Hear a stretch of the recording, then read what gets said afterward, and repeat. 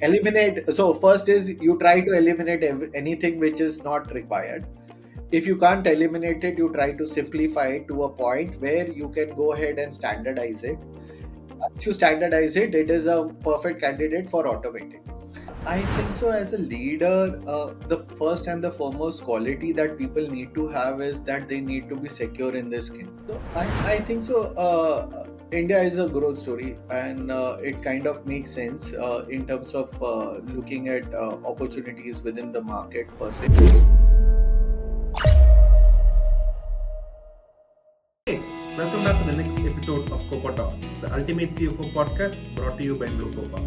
Here, we bring you unfiltered access to conversations with veteran finance leaders covering key milestones and challenges in their journey through stories. In today's episode, we are speaking with Vikas Kapoor, the CFO of Travel Food Services. Vikas spent his early days at Tata Interactive Systems, Shell, and Boehringer Ingelheim as a finance operator until 2015 when he joined Tata Sky as their VP and anchored himself as a key piece of a large transformation project. He joined TFS in 2019, scaling the business to 100 million plus revenue and filing for IPO in December 2024. Travel Food Services is one of the leading providers of travel QSR and hospitality services across major airports, railway stations, and highway centers in India. The company partners with 100 plus brands across 350 plus outlets and 30 plus lounges within 15 cities in India. TFS stands as a powerhouse in India's travel hospitality industry, managing several prestigious airport lounges like the Travel Club Lounge, Terminal 3 in the Delhi Airport, the Above Ground Level Lounge, Oasis Lounge, and a few more. Join us as we chat about his early days, his journey through the middle years, his role at TFS. Let's go. Hey, Chief. Super glad to have you on the show. Welcome. Thanks, Guru. Thanks for having me here, and a very good afternoon to you as well. Good afternoon, Chief. Thanks for taking the time on a Saturday and chatting with us. Good. So My let's take it from the start. Uh, just help us with your story right from the early days. How you got into finance? What were you doing in the in the initial times? So basically, finance is something like maths was something that I liked from my childhood. I'm always been fascinated with numbers. Uh, like they say that birds of a feather flock together. So I had a lot of friends who had a similar liking to finance, and that drove most of us to learn about finance, the intricacies of finance. And what started out as a learning experience while doing graduation in commerce later turned towards a directional approach in studies by doing my chartered accountancy and various other aspects. And that's wherein I got to understand how the financial world operates on a blend of numbers, the human behavior towards it, and the overall global dynamics per se. Uh, I always say that every decision, uh, be it on an investment or a market movement, tells a story. And if you're like someone who understands and can decipher those stories, then there's nothing like it. It's such a crucial aspect of a life. So it's very important that everybody understands finance. You don't need to be educated in it, but you do understand finance. Got it. Got it. Probably a less serious question, but was there a factor of friends all being good at math, all trying to get into the finance side of things, uh, a motivation or like a peer pressure to you, or what was it? No, there was no peer pressure per se, but I have been born in a location in Bombay called Mulund, and I had a lot of friends who had fathers who were in business or were stock traders and stuff like that. So, when you keep on talking in terms of what you want to do in life and something of that aspect, that part of finance kind of appealed more to me in terms of understanding, okay, yeah, this is where I want to kind of probably look into, and that was the whole thing. But my parents were very chill. You do arts, you do commerce, it's your life, you can decide whatever. So it was never by choice, by design, that I went into finance. It was just by pure Got choice, it. and I still love it. Let me so I You took must it to be. my brothers and my siblings that while they did also finance, somebody is into IT and somebody is into research. So it's a very different path of finance, if you may say. Yeah, Yeah. yeah, got it. Great. So right after the early education, you started at USV, then went into Tata, Shell, and then Boehringer Ingelheim, right? Take us through the experience, what you were doing in the early days, what sort of learning was there, responsibilities, challenges, these formidable years that were shaping you up. Would love to know any stories around that. Yeah, sure. So when I reflect back, I think so. My choice of companies and the subordinates, team members, and the bosses or the mentors that I got, I was very fortunate from that perspective. Touch wood. And I think so. One of the biggest things that worked or kind of clicked for me was that yes, I had this innate ability to roll up sleeves when required, and Mhm. this I believe helped me in each of my stints, be it learning how to operate in the corporate world for the first time in USV, which was in pharma space, to going about doing a global acquisition and an integration in Tata Interactive, to streamlining business operations within India, to global SAP rollout and setting up a GCC in Shell. All this Hmm. kind of groomed me for better and larger roles, which started in fact from Boehringer. In Boehringer, I was handling a much wider cross-functional responsibility of finance, admin, Mhm. IT, and supply chain.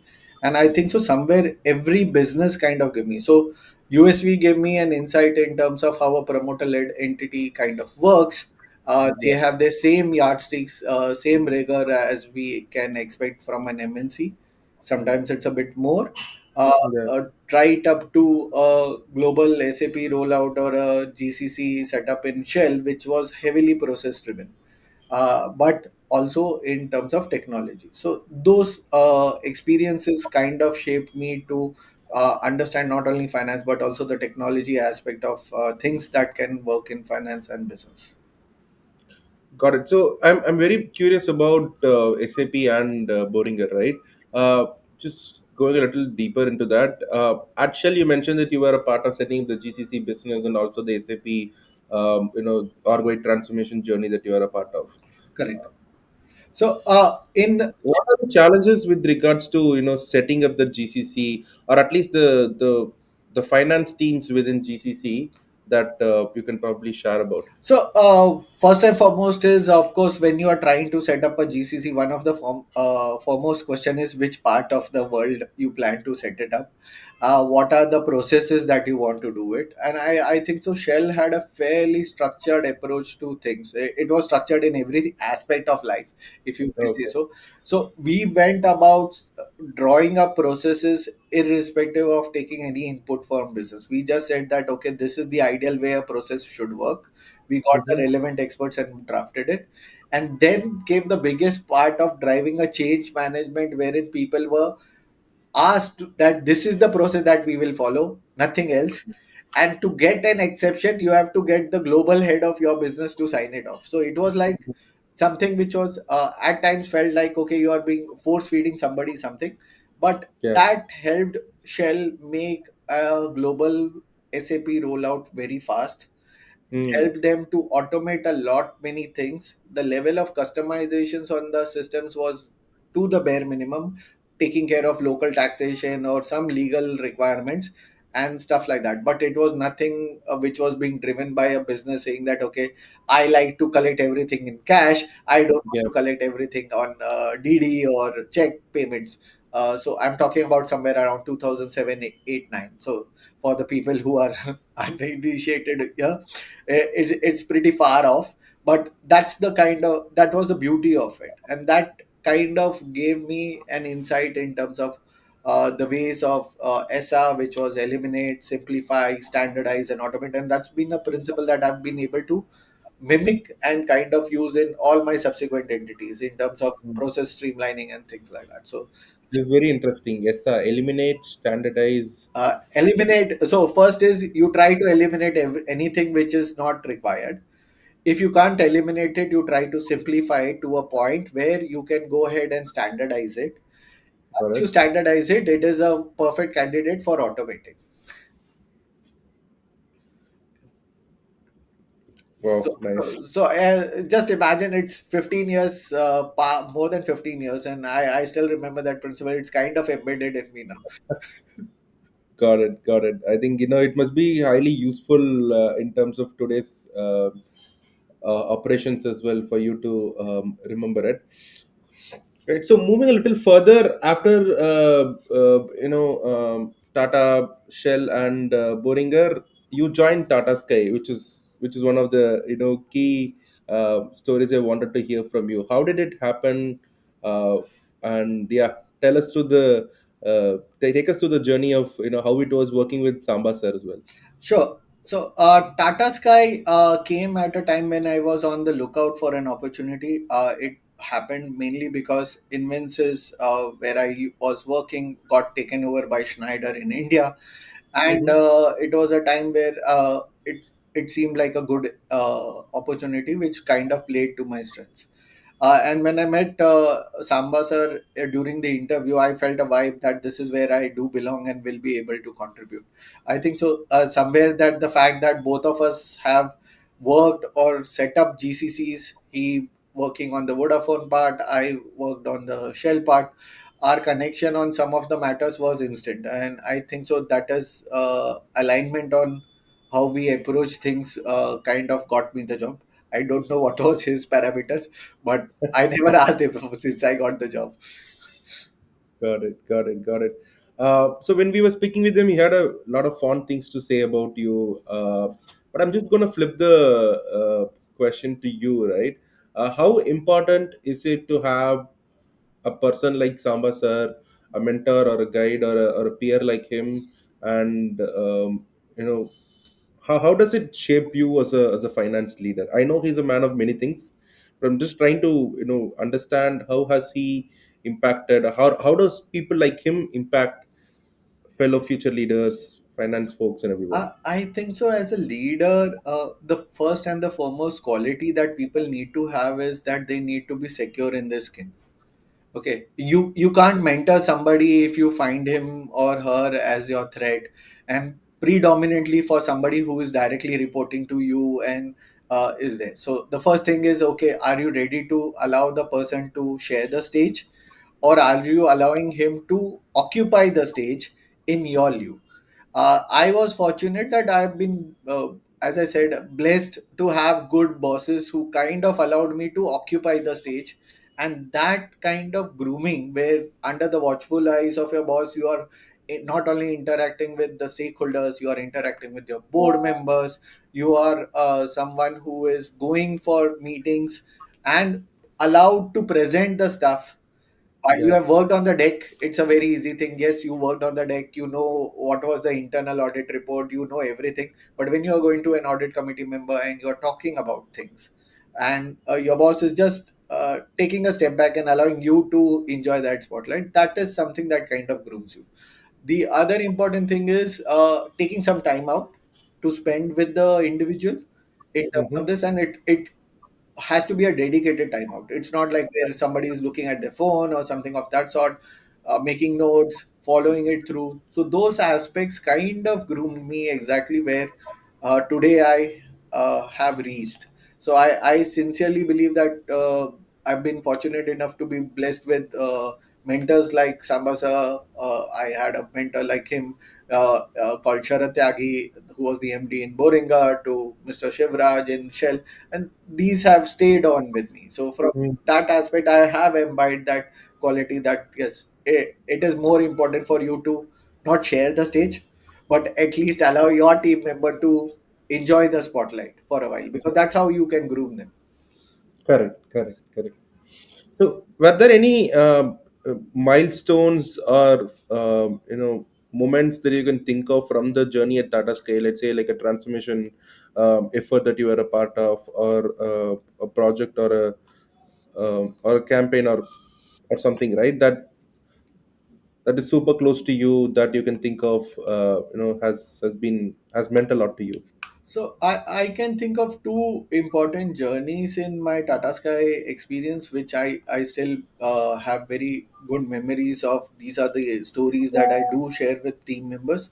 One of the foremost is, of course, our automation or digital transformation journey. We completely did a bare bone assessment of where we stood, uh, kind of assessing the harsh truth where we stood, and what was our end goal. And that became our 3 year, 4 year strategy plan in terms of trying to achieve that bit by bit in a structured manner. So that automation journey wherein we were doing closings by day 10 to moving to a single working day of MIS. Hmm. Not even a single working day. By the time I left, we were already on day one. And when I talk about day one reported MIS, it's also within the close of business hours, not even end of day. So that kind of automation drove a lot of things for us. It freed up a lot of time in terms of analyzing the business, contributing to business, spending time with business, and various other aspects. So it was a great learning from that perspective, and it's close to my heart. The other important thing I believe is that earlier set-top boxes used to be imported out of the country. So I worked on an indirect tax solution, which we had the advantage of a free trade agreement, and that learning from Shell, I could imbibe in Tata Sky, and that helped us bring down the cost of the set-top box that we were importing within the country. And that's been something that I always say, that sometimes you need to be from outside the sector to kind of bring in that innovation within your new business or company that you have joined. Wonderful. Great. So I think we've traveled all the way in the past 15 years and have come to the travel food services now. Uh, Probably just explain to me like a an amateur, right, as to what the business is into and what your daily or day-to-day stuff look like here at TFS. Sure. So, Travel Food Services or TFS is basically a joint venture between K Hospitality Group, which runs iconic restaurants like Bombay Brasserie, Copper Chimney, Irish House, and like, and SSP Group PLC, which is listed on the London Stock Exchange. It's part of FTSE 250. So Okay. SSP is predominantly into travel sector of railways, a bit of MSAs or motor service ways, and airports across the world. It operates out of 37 countries. And K Hospitality, of course, is into anything which is related to food, be it banqueting, industrial catering, to fine dine restaurants and travel food services. So it's a blend of two of the stronger players in the sector operating out of India. And TFS by default operates out of travel locations, as the name suggests. We call ourselves that we attempt to be the best part of the journey. So the place where you are least stressed is when you have ordered food, you have had your tummy full, and you are onward to the next part of the journey or the destination, as they say. Got it. And you predominantly work with railways and airways as We the. work with airports predominantly. We have a small presence in highways per se. Railways, it's virtually negligible as of now. Oh, okay. Got it. Got it. Yeah. Wonderful. And what are the how does a day in the life of Vikas look like here at TFS? Oh, so the day starts a bit early. I like to reach office before most of the kind of crowd kicks in, because it gives me that 1.5 hours of not only clearing my mailbox, setting the priorities for the day, try to quickly close some of the open items from the previous day before the day starts with scheduled meetings and reviews.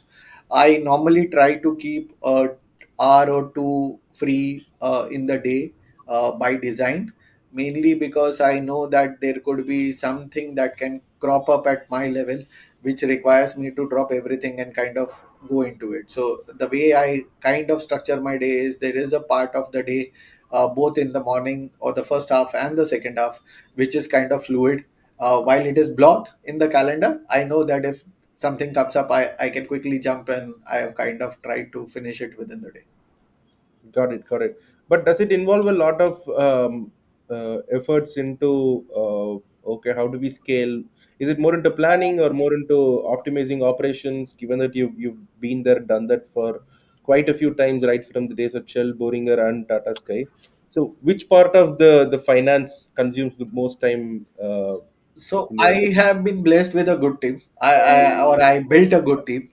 So they do not approach me unless and until what I call as a disclosure scheme, wherein they say, okay, now the only mandate that my team members have is if there is a bad news, I would like to hear it first, even before anybody gets to know. Mm, Not for any other reason. It helps me solve the crisis in a structured manner, sit with them, and that approach has always helped. So mm, that allows me to kind of concentrate on some of the bigger ticket items in terms of business growth, exploring strategic partnerships that we might want to have. So the team kind of takes care of the day-to-day things, mm. deliverables, and various other aspects. My job is more of review, staying out of their path, to be fair, and just ensuring that in case they get stuck somewhere, I am the one who comes with a bit more calm mind and says, okay, now that's a crisis. Let's sit and try and figure out a way by speaking with the person, or speaking with the auditors, or speaking with the tax official, or as the case may be. So yeah, my job is to just keep them calm and enjoy them. Wonderful. That's a very underrated skill set and a piece of the job description, because everybody is wired to panic when situations like these arise. So, Yeah. being the calm member of the team is really an important skill to have. Yeah, I always tell my guys that this is a disclosure place where you come and just disclose it. What they have adopted is a rag status, but in a very funny way. So they say, okay, it's white, which means we are handling it. It's nothing of alarming to you. It's orange, which means we can Yeah. still handle it. We'll keep you posted. And now it's red. You have to step in. So You have to step in. Acha, nice. Very, very funny. But it works, right? So yeah, I'm guessing yeah. See, it's frankly speaking, means I don't need to repeat it. There have been too many business leaders and finance leaders before me who have said that you have recruited somebody for their mental aptitude, their intelligence, their people management skills. If we are not allowing that, and like I said, it's my own past experience. I have seen that my earlier bosses kind of allowed me. So nobody likes somebody standing like a hawk on their head. It's the worst thing in your career, and 90% leave the company also for that. Very, yeah.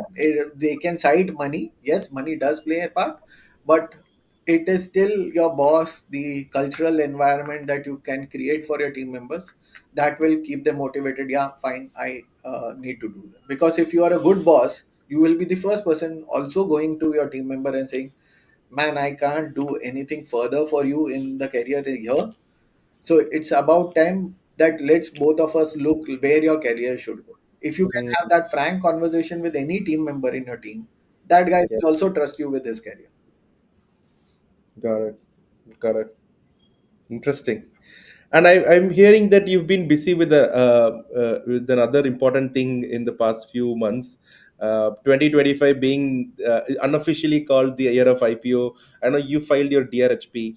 Uh, Take us through how the journey has been, pre and post DRHP, the journey of preparing for it, and the road to IPO. So I think so. India is a growth story, and it kind of makes sense in terms of looking at opportunities within the market per se.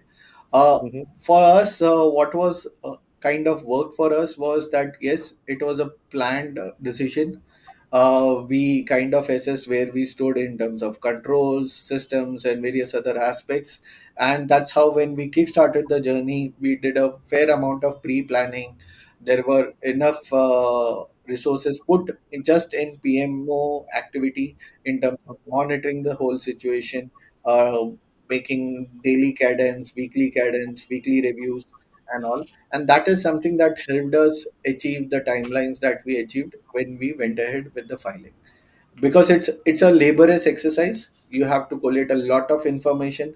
If you are not on top of your information, or you have some missing gaps, the biggest challenge that you have is going back and trying to trace it, this.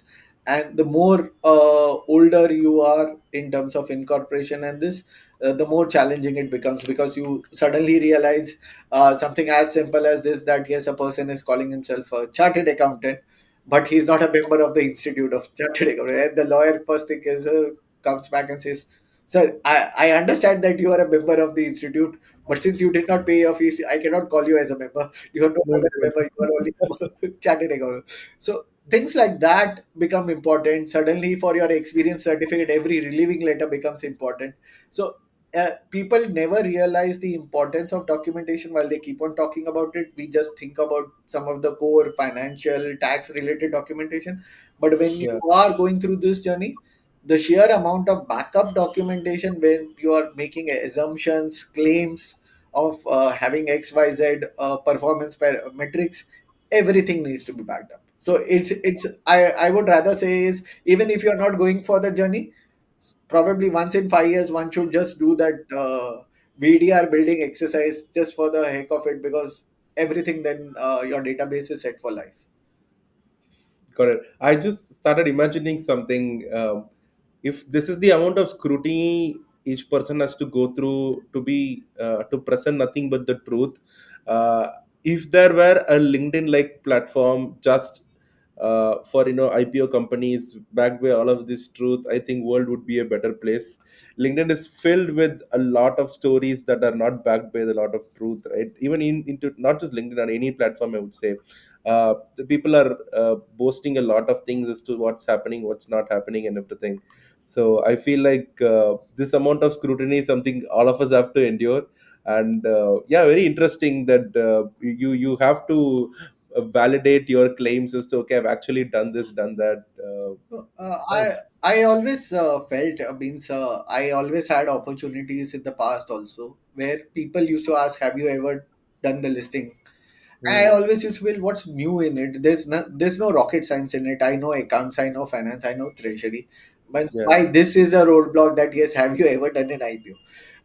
Or have you gone ahead and raised funds from the public? When I went through the process, I realized that what was lacking, or what are the things that I had to learn and unlearn both ways in this experience. So when people talk about maturity, a certain years of gray, or something of that sort, we tend to dismiss it, saying that, okay, what that guy is talking about, why doesn't he think like that? But Hmm. I always believe that experienced individuals, when they are giving you a certain feedback, they are coming from a certain school of thought. Probably what is missing in the communication, in which the person receiving the feedback has to do, is go back to him and ask him why. We Yeah. never ask the feedback. We take the feedback, but we are so pissed at what the person has said, that it doesn't justify what we were thinking Yeah. about ourselves, that we never go back to him and ask him, why did you give me this feedback? Got it. So, what's one particular skill, trait, or a piece of learning that you um, didn't consider much, but went on to realize that it was super important in your journey to IPO? So Anything particular? So as of now, though, we have still filed our DRHP subject to approvals, Yeah. everything, how the whole thing works. But frankly speaking, I think so. A key important aspect in this whole thing is that it is a change, not just for finance or the support teams. It is a cultural change for the company, how it Mm. functions, how it talks about it, how it markets its products during this journey, post the journey. So that itself is a huge cultural shift. It's as good as like getting married uh, and going somewhere else, because that's the kind of changes that one can anticipate. uh, Yeah. it is, you are in the spotlight, but the bigger part about it is that while you are in the spotlight, your business still continues as it is. So Yeah. things that you have taken for granted are not what you can continue in a post IPO listing. That's what I, at least I have understood from the law as well. Understood. Got it. Got it. Very interesting. And with regards to this new brands that you're acquiring in the hospitality segment of things, right? How important is it, or what are those criteria metrics that you have in mind for you to work with them, especially since you filed DRHP now? How do you associate with a particular brand while you're providing those experiences at all those places? So ours is a company which works with multi brands. In some cases, we franchise, and these brands could be from India or outside India. Sometimes we do create the brands ourselves. Hmm. Uh, and the crux of the any partnership is driven by a sticking to the brand ethos, number one. Two is the partnerships are more driven by what the consumer wants. Okay, so say for example, a particular cuisine is gaining prominence and the customer wants an experience of that, then it is our job to go ahead and get a similar brand which works in that space. What works and what doesn't work is what we learn from our past experience. But Hmm. predominantly, it is consumer preferences, airport requirements, or the travel location requirements, and our working relationship with the brand, which helps us decide on a brand mix and our ability to work with the brand. Also, you have to understand that the brands are themselves very conscious, so they will work with partners whom they have assessed in terms of sticking to their brand ethos, their brand supply chain, ensuring that they don't mess up with their recipes and various other aspects which made them unique in the first place. So it's all a trust relationship that kind of works. You can have the entire documentation in the world, but eventually it is that the brand is trusting you with their brand per se. Understood. Understood. Going back a few years again, right? You mentioned that you were a part of a lot of technology projects. I was also informed that you donned the hat of a CIO here at TFS, probably few years ago, right? If I'm not wrong, during or after the pandemic. So how did that happen? CFO to CIO. So the advantage, I always like technology because technology and any function is now kind of interlinked. It is embedded in each other. The way Mhm. to now call technology is that suddenly you have to add AI to it. But Yeah. during COVID, what happened is since we were had not filled our IT position, we decided between me and the chief operating officer that I can double hat on that position because of Mhm. my knowledge on technology, and that was a learning in sense because it gave me a much deeper insight not only into the systems that we used, but what are the security aspects that we had to kind of upgrade, be it in terms of cyber security and various other aspects. So you always feel that yes, you know everything, but when you get into a function and Mhm. try to get involved in every aspect of it, then you realize that okay, these are some of the learnings that you have to have in terms of this. So it was a great experience in terms of this. We did a lot of automation in quite a few areas and supplemented business in its growth trajectory. Got it. Got it. And now with AI being the hottest word in the situation, right? Uh, how does it fit into the schema of things? As now, let's assume that you are still the CIO and the CFO. How are you? How would you think of deploying AI to optimize a better, efficient process across both functions?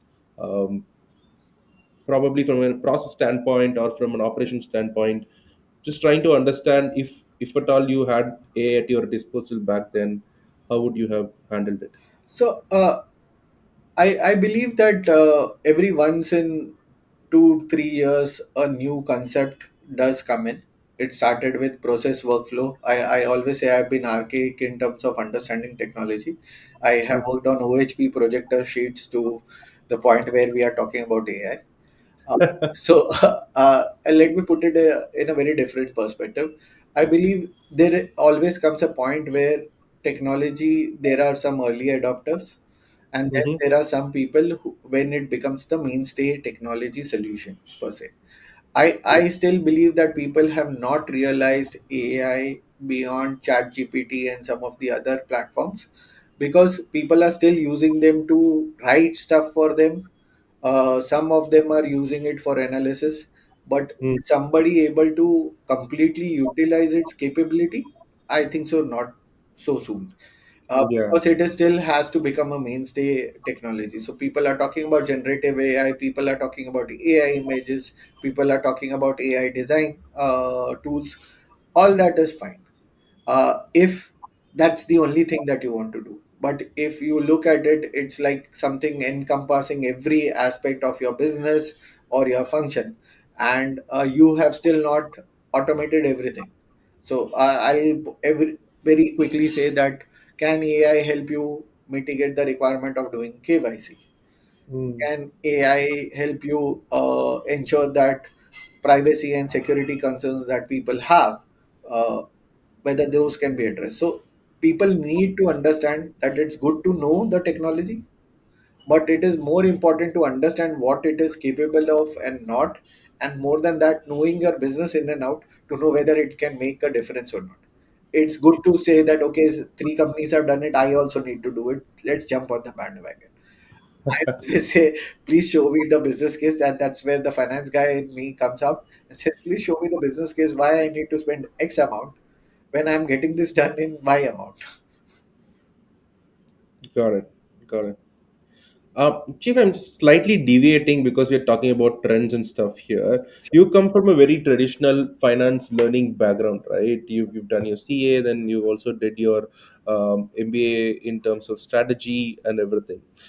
This is something that I ask a lot of other CFOs as well, that we are now starting to see a lot of finance leaders who don't come from a traditional finance background or an education, and are becoming CFOs or becoming leaders, and are also probably not, they're not bad at their job, they probably might not be great, but they're still able to do really good job at whatever they are doing. So how has this whole set of things have transitioned? Because if you look at other streams, right, you have always had people who don't come from a non-traditional, who come from a non-traditional background and make things happen. But finance has always been a traditional journey for all of us. You still have to have some fundamental understanding, traditional knowledge in terms of how to work in the finance domain. um, Sure. so how does it, what do you think of it? And uh, do you have a lot of folks who are from a non-finance background at your team, and how do you see this? So I'll try to split it into two parts.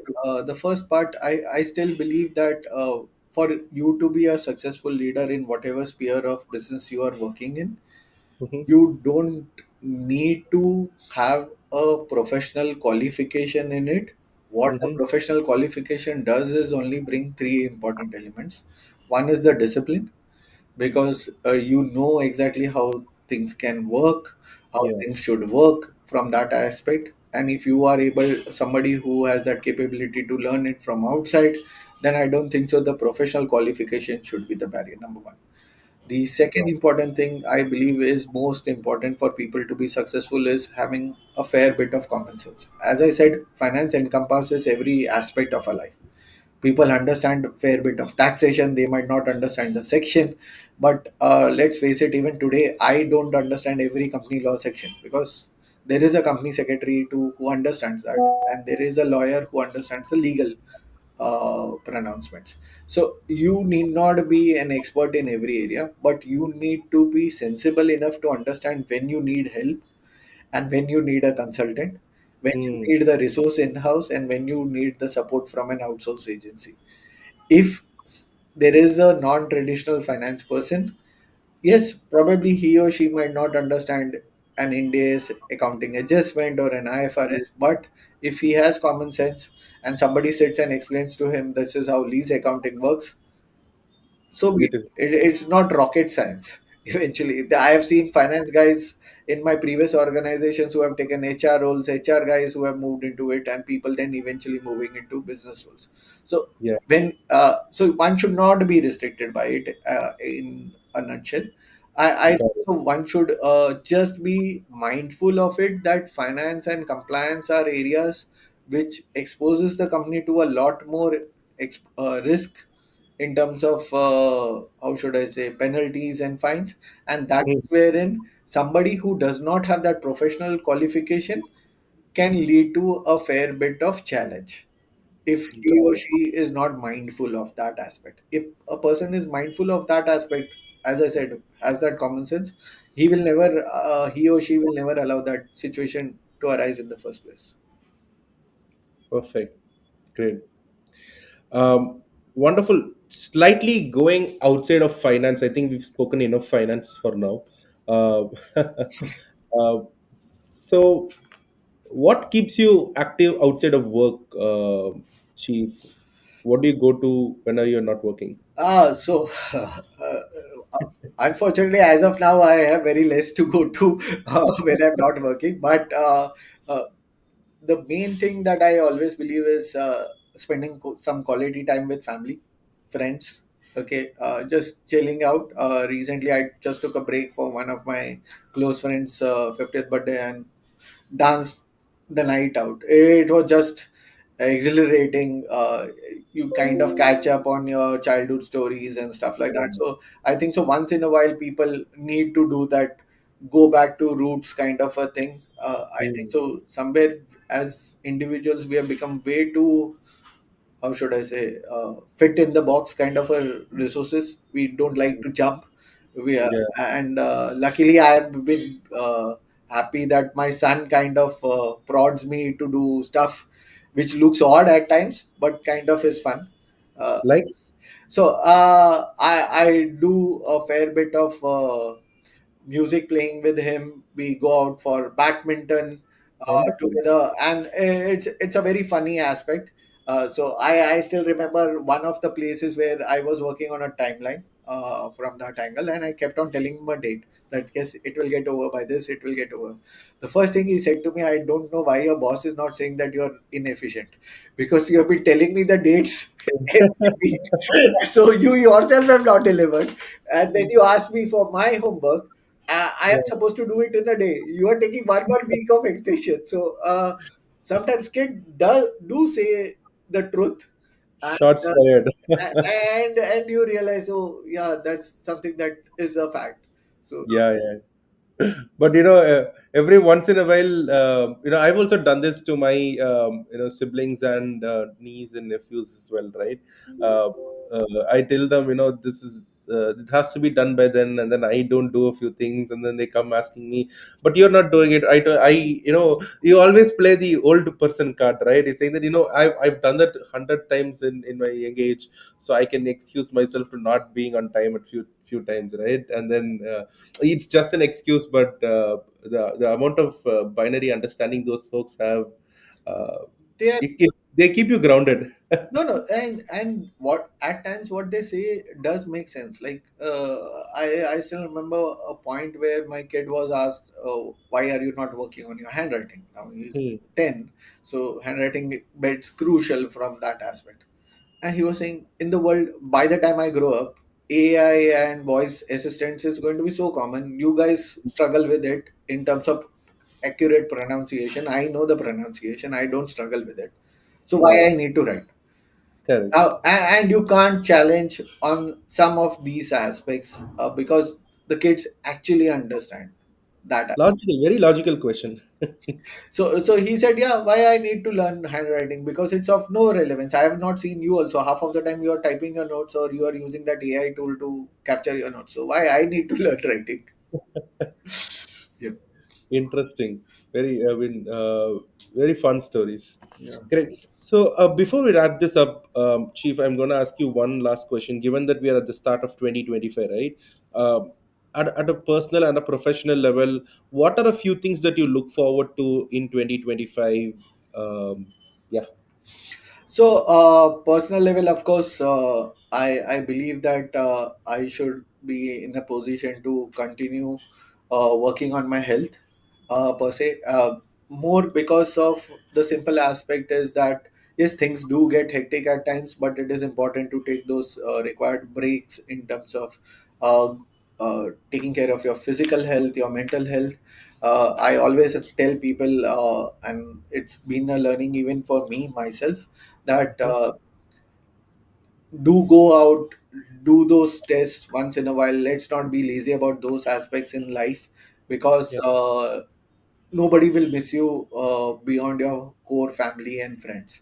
So it's important that you do take care of that. So that's will be one of my core endeavors even in 25. I didn't make any resolutions for 25, let me tell you from that perspective, which I've broken. But Comes with experience. Anyway, I'm going to not fulfill it. Might as well not make one. yeah, it doesn't make sense. But on the professional side, of course, things are going at a great pace at work. I do intend to work on building the next level of the team in terms of succession planning and various other aspects. Kind of also take some time to learn about sustainable finance and various other aspects, which I've been trying for quite some time, but not Yeah, been able to give it some time. So I do plan to go back to learning some new stuff in 25. That's of course our target. got it. Perfect. Uh, Thank you so much for taking the time, Chief. Definitely. Lovely with Thanks. you. Thanks. A pleasure, Guru. Appreciate it. Totally.